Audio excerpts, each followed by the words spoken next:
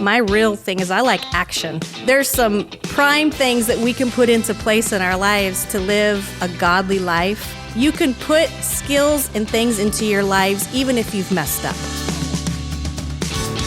Well, welcome to Just Jana. This is our 11th episode, and we are going to be discovering and talking about fighting fair. Last week we discussed, and so we're going to continue the conversation today with how to keep a tight rein on your tongue and how James talks about that no man can really tame the tongue. So how are we supposed to live in this world with this thing called our mouth and how it does damage or it can speak life? So today we're going to kind of dig a little bit deeper into that, and it'll be a fun conversation. Yeah, Jenna, I think it's an important conversation. You think about the tongue. Okay, so we have two ears and one mouth, right? Mm-hmm. The tongue, such a little thing that can really cause a lot of problems, which is James 3 there.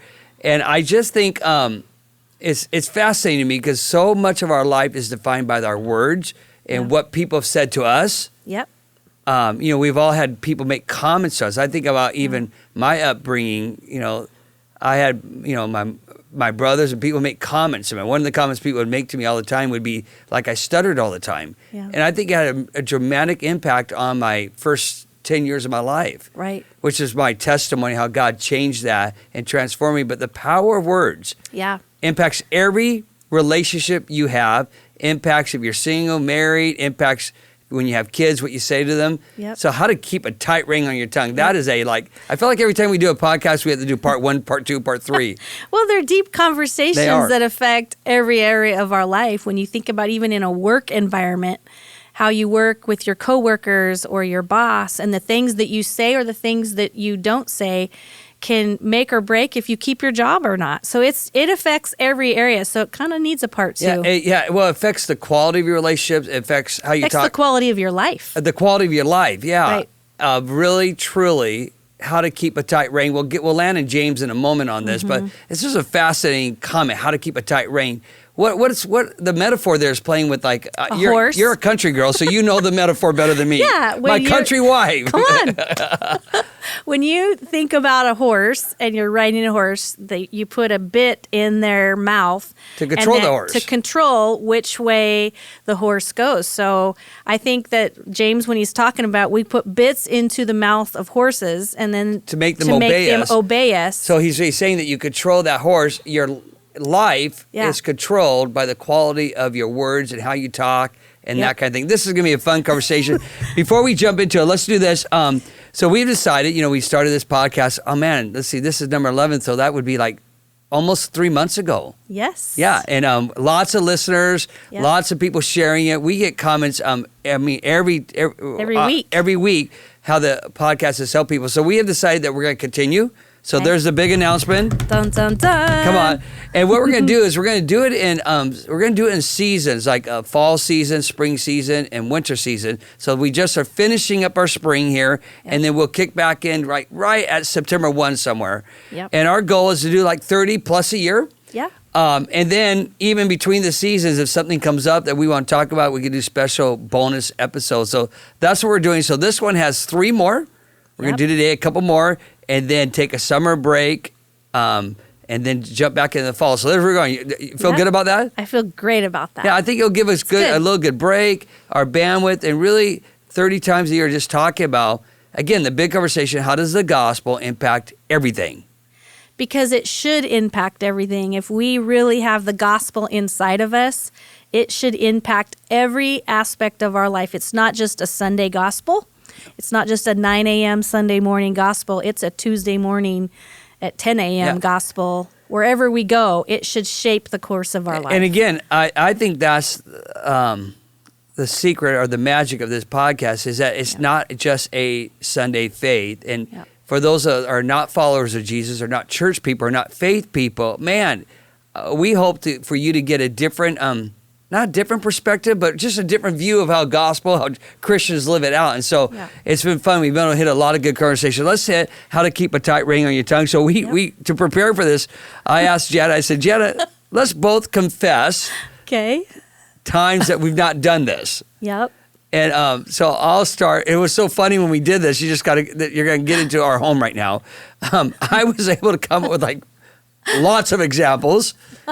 And honestly, Jana, you do a great job keeping a tight rein on your tongue. Yeah, I mean, I'm just going to say this because you can't say it, right? But, Jana avoids gossip. You avoid being a busybody. You avoid that. For me, there's been times where I'm going, wow, I really need to ask the Lord to help me. And I remember a particular time where one of the pillars of our church was upset. Mm-hmm. And I took him out to breakfast. And over breakfast, I lost my temper in a public restaurant, by the way. Bummer. Yeah. And I hate to say this, but I actually swore, and I said, you don't know what the hell you're talking about. Okay. And you're acting like you've never heard this story. You've heard this story. When you came home and you said that, I was like, you said what? So yeah, and it was. That's hard. I mean, it's a kind of a does statement, but we shouldn't talk like that. Right. As Christians, or even as human beings, we shouldn't like. And what's interesting, I thought about this. It's really not even the words, even though the words were wrong. Yeah. It's the I lost my temper. That's the key. That is the key right there, is what makes us tip over. And when I was thinking about this as well, I'm thinking, I am a carrier of the presence of Jesus Christ everywhere I go. Yeah. When I wake up in the morning with my spouse, with my kids, with every relationship that I have, I am a carrier of the presence of Jesus Christ. So when I blow it, I take that I just take it to heart. Like, wow, I said something that was something I shouldn't have, or I responded in a way that wasn't godly, and I quickly fix it. I don't let that kind of stuff fester in my soul, because I want to live a pure heart. I want to live a clean life before God. And I think that when we don't do that, then we can't do it on our own. Yeah. We need the Lord to help us. And we really need the fruit of the Spirit inside of us, that fruit. Yep. Because as we're going to look at, we're going to give you 5 questions to think about before you talk. Some people are not going to know what to talk about when we're done here. It'll be a silent evening. It'll be a silent evening. A silent night. A silent night. There it is.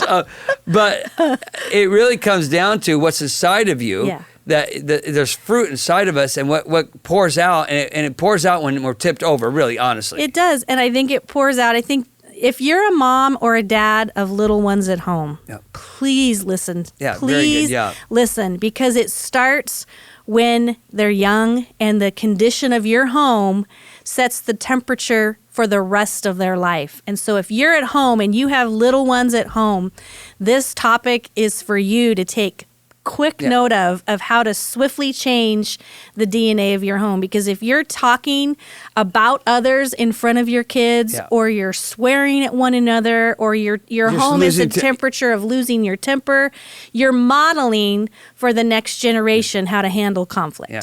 Again, we'll get down to very specific, but I think the big goal I have, and it's only by God's grace I even halfway get there, is I want all my words to be life-giving. Yeah. Think about life-giving instead of death-giving. Right. And that would be, again, whoever you are, as you're listening to this, when you open your mouth, do you give life? Are you a life giver? Or do you speak death and poison all the time? Yeah.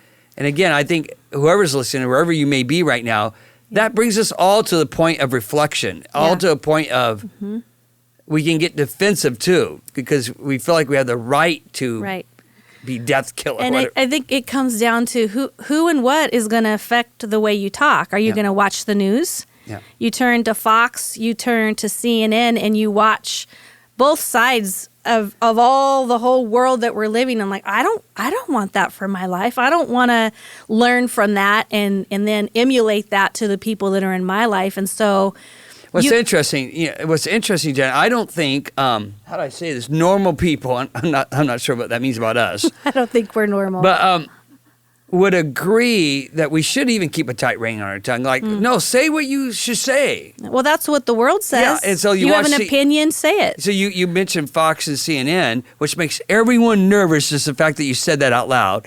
But neither, and those represents two political ideologies, there's a big word. That's a big one. Yeah, that just don't care. They just only care about their right. And it goes to fighting fair last week, is that we don't know how to fight fair. We don't know how to even have a dialogue around anything. It's all about just fighting and anger and being right. And being right. And as a gospel person, we are called to live differently. Yeah. We are called to, again, James says, keep a tight rein on your tongue. And I think the biblical perspective is not being taught or modeled in our day and age. The society is teaching us how to handle conflict. Look at our world. Yeah. And we need to go back to how does God say we're supposed to live this out day in and day out, not what the world says. So there's a phrase out there that I think sticks and stones. Where does this phrase come from? I have no idea, but I remember... Sticks and stones may break my bones, but names will never hurt me. Yeah, which is so not the truth.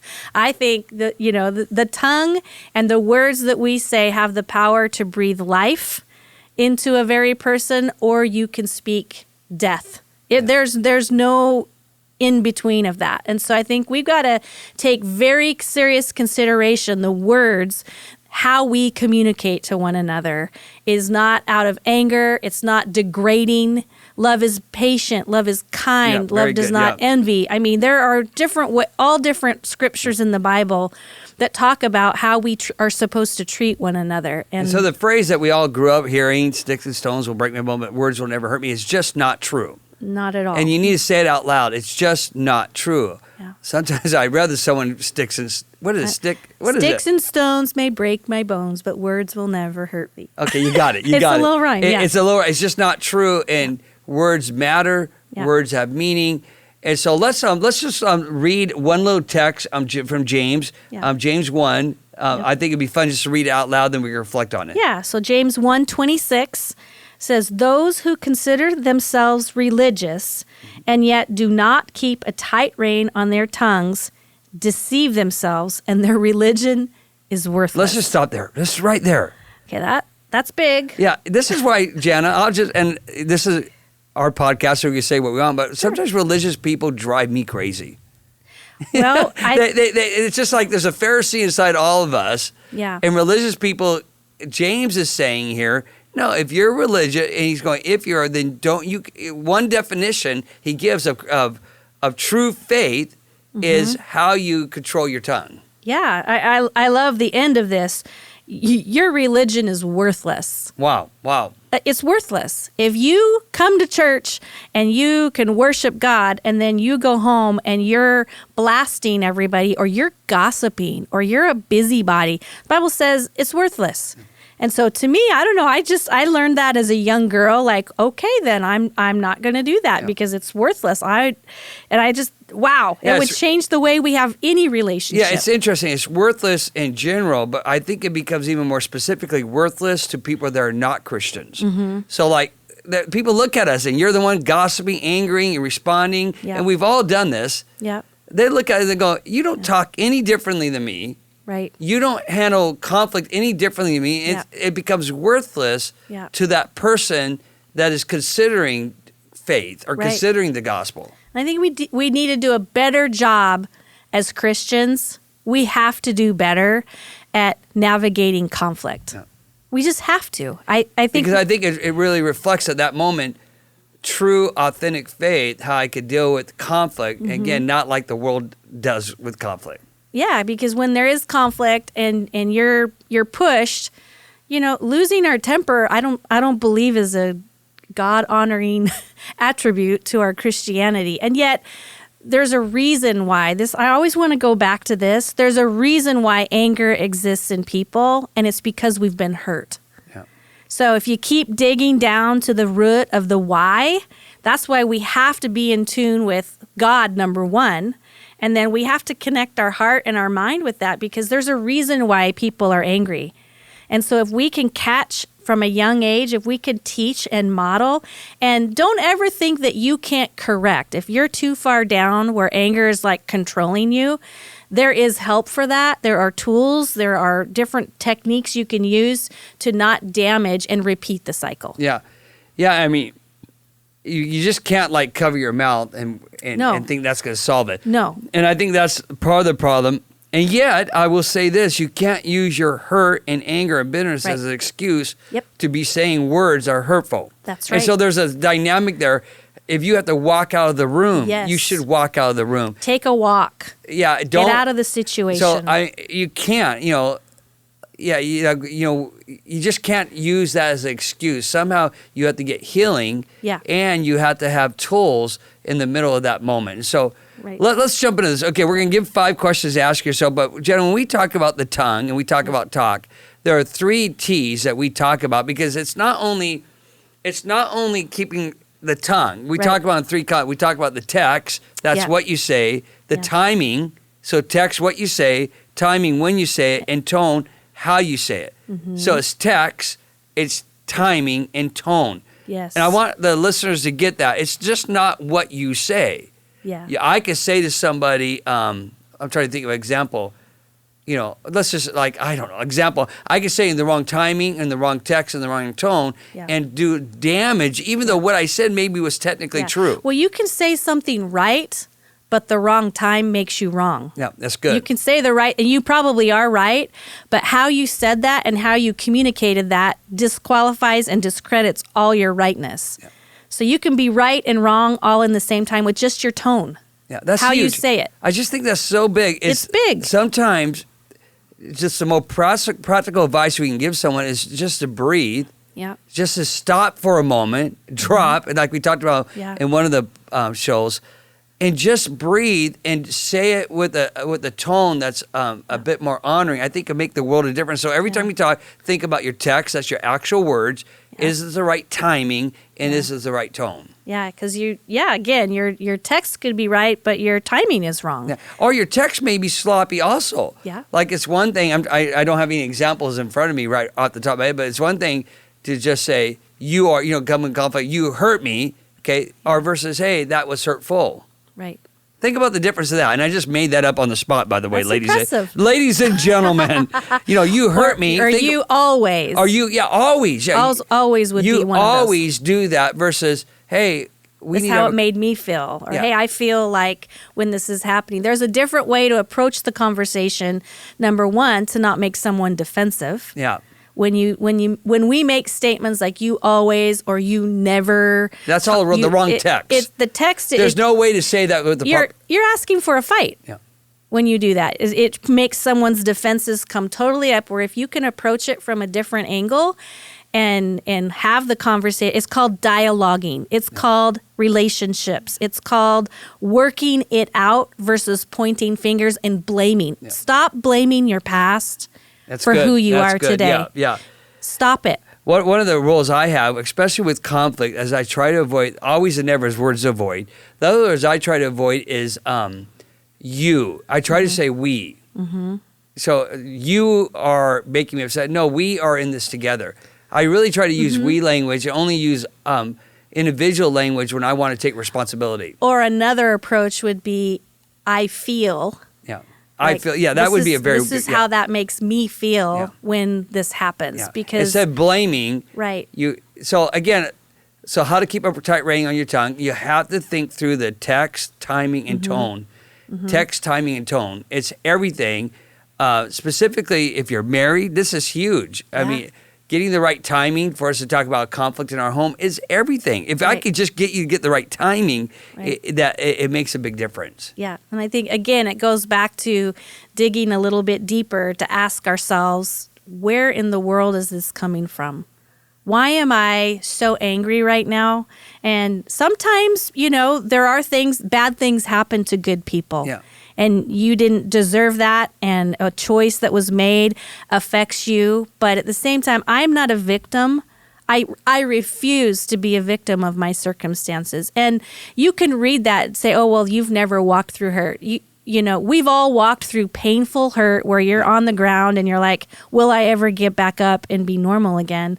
But I refuse to let those experiences paralyze me from being all who I need to be.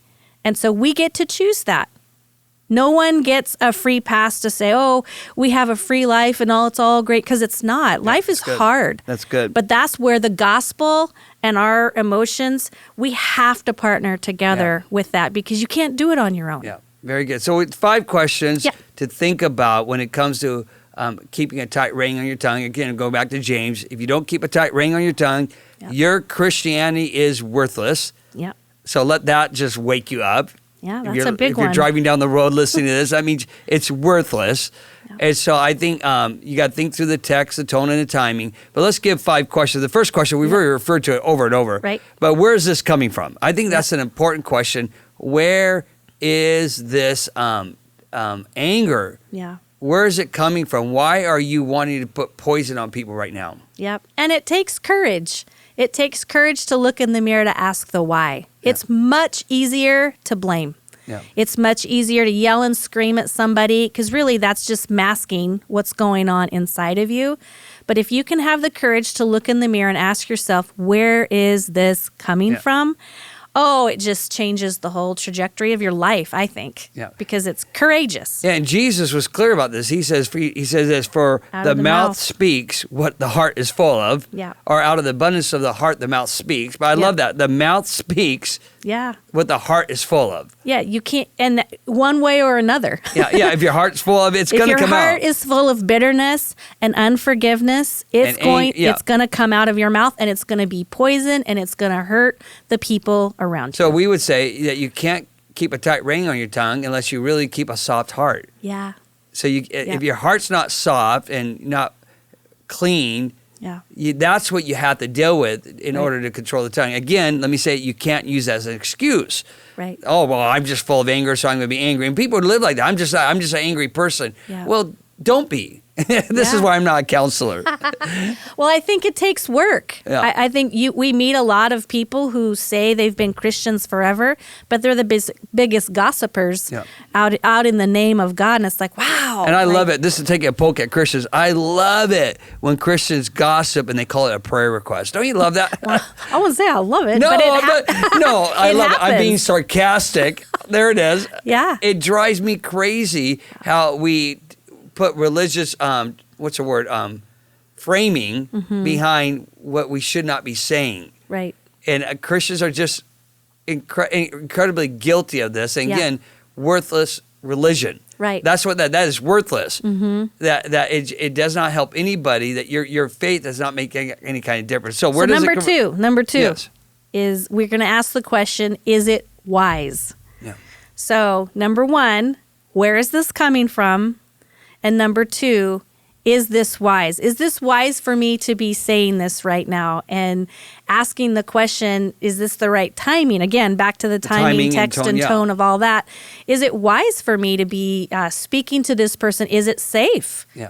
Because sometimes we can engage in conversation where I know I'm going to be dealing with a hothead, somebody who doesn't control their temper. So then you have to kind of put your own boundaries up to say, that person has to stay right there because it's not safe. Yeah. It's not wise for me to enter that conversation, although I want to keep attempting and working at it from different angles. But I think we have to... It's amazing how many of these conversations come back to boundaries, isn't it? It does. It really does, because even the question, is it wise, is a boundary by itself. It is. And what's important there, I think it's important because sometimes we Christian people, again, I always like to take a poke at us a little bit. We ask the question, is this sin? Yeah. More than is it wise? And I think you got to ask both. Is it sin? Don't do it. Right. Okay. That we should. That's another conversation. But I think we got to go deeper or more mature. Mm-hmm. Well, is it sin? But I think the other question, is it wise? Something may not be sin, but it's just not wise to do. Right. Well, the Bible says that. Yeah. Everything's expedient for me, but not things are beneficial. Yeah. Trying to think if we just quoted that right. If we didn't quote that right, let us know. Yeah. Everything is... it's in 1 Corinthians somewhere. It is. Yeah, but it's like everything, I could do everything, but it's not beneficial. It's not holy. It's not wise. Mm-hmm. And I think that's the larger question. The larger question is not, is it sin? If it's sin, like you're missing the mark, it's unholy, don't do it. But the question, is it wise? Is it wise to say that to my coworker? Is it wise for me to have that conversation? Is it wise? All that, I think we have to become people more of wisdom. And I think it's a critical question to ask, like before you open your mouth. Absolutely. Yeah. So the third one is, will this build someone up or tear them down in this conversation? Yeah, and that conversation, again, is going to be a silent night. I mean, honestly, because if you really ask that, will this build up or tear down, you're assuming that you care about the other person. Isn't that interesting? There's an assumption that I care for you. Right. I love you, which is the end result of the gospel. I love my neighbors. I love myself. And I think someone could hear this and look at this and then go to the extreme and say, well, I just won't have that conversation because I don't want to cause any waves. And I think sometimes that would be, it could go extreme. You're either going to, explode in extreme anger, or you could go to the other side of it where you don't deal with it at all. And either way of those extremes, you have consequences for those actions. And so we have to be able to do better at navigating through conflict.